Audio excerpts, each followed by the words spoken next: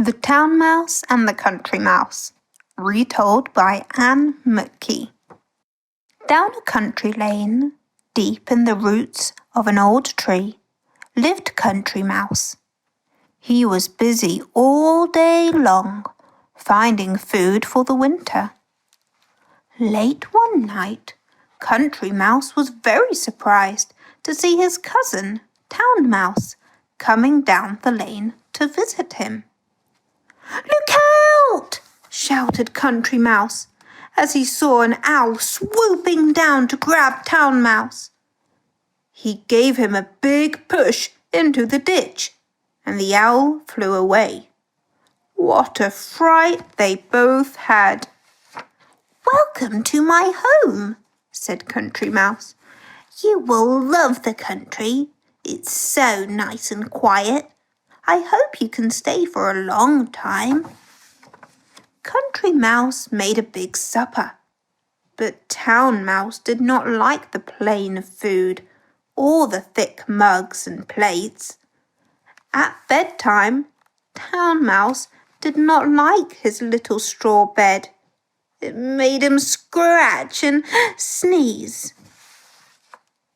"It's too dark and too quiet in the country," said Town Mouse. "I can't sleep." So Country Mouse gave him more candles and a hot drink. Every morning before the sun was up, Country Mouse was busy finding food for the winter. "Come and help me, cousin," said Country Mouse. Town Mouse did not like to help. He did not like to work, and he did not like to get his clothes and hands dirty.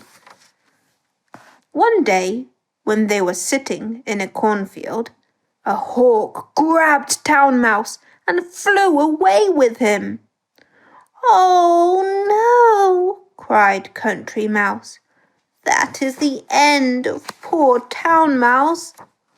But the smoke from Town Mouse's cigar made the hawk sniff and sneeze, and he dropped Town Mouse into a haystack. One morning they crossed the meadow to find mushrooms. "I don't like the country," sighed Town Mouse. "It's dark, it's cold, it's wet, and too quiet." The horse who lived in the meadow came to make friends with the mice. Town Mouse was so surprised he fell head over heels into the wet grass. "Oh, cousin," said Town Mouse, "I am tired of the country. In the town it is warm and dry, and there is no need to look for food. You must come and see for yourself." Late one night, Town Mouse saw the family at the end of the lane getting into the car to go to town. "Come on, Country Mouse," he yelled. "Let's go!" They hid in the car and jumped out in the middle of town. Country Mouse had never heard such an awful noise or seen so many lights. "This is where I live," said Town Mouse. How big the house was! How happy his family were to see Town Mouse with his country cousin! What a welcome the town mice gave Country Mouse! What lovely food, fruit, cakes, biscuits, cream and chocolate! It was all too rich and sweet for Country Mouse. Town Mouse and his family took Country Mouse round the house. It was all too big for poor Country Mouse. At bedtime, Country Mouse did not like his little soft bed. The room was too bright from the lights in the street. Next day they went for a picnic in the park. But the pelicans and the ducks ate their food and made them run away. A dog chased Country Mouse under a litter basket, but Town Mouse sprayed the dog with lemonade. What a fright they both had. Back at the house, Country Mouse was almost sucked into the carpet cleaner. How unhappy he was! The very next day he was saved from a trap by Town Mouse and his family. But they were all seen by the cat. They ran for their lives back to a hole in the wall.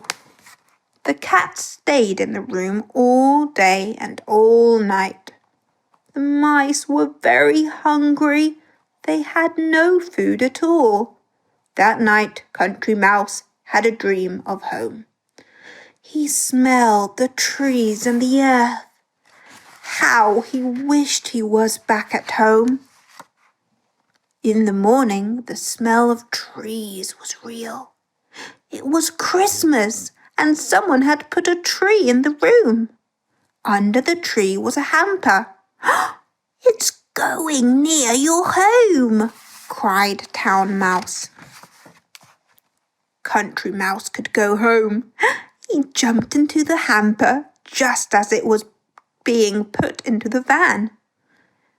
Country Mouse tumbled out of the van into the lane where he lived. He could hear church bells. It was Christmas Eve. Country Mouse ran to the church. He knew that all the other country mice would be there to sing Christmas carols. "Come, Country Mouse," said the littlest mouse. "You can spend all Christmas telling us all your great adventures." Country Mouse breathed a long sigh. All he wanted to do was forget. The end.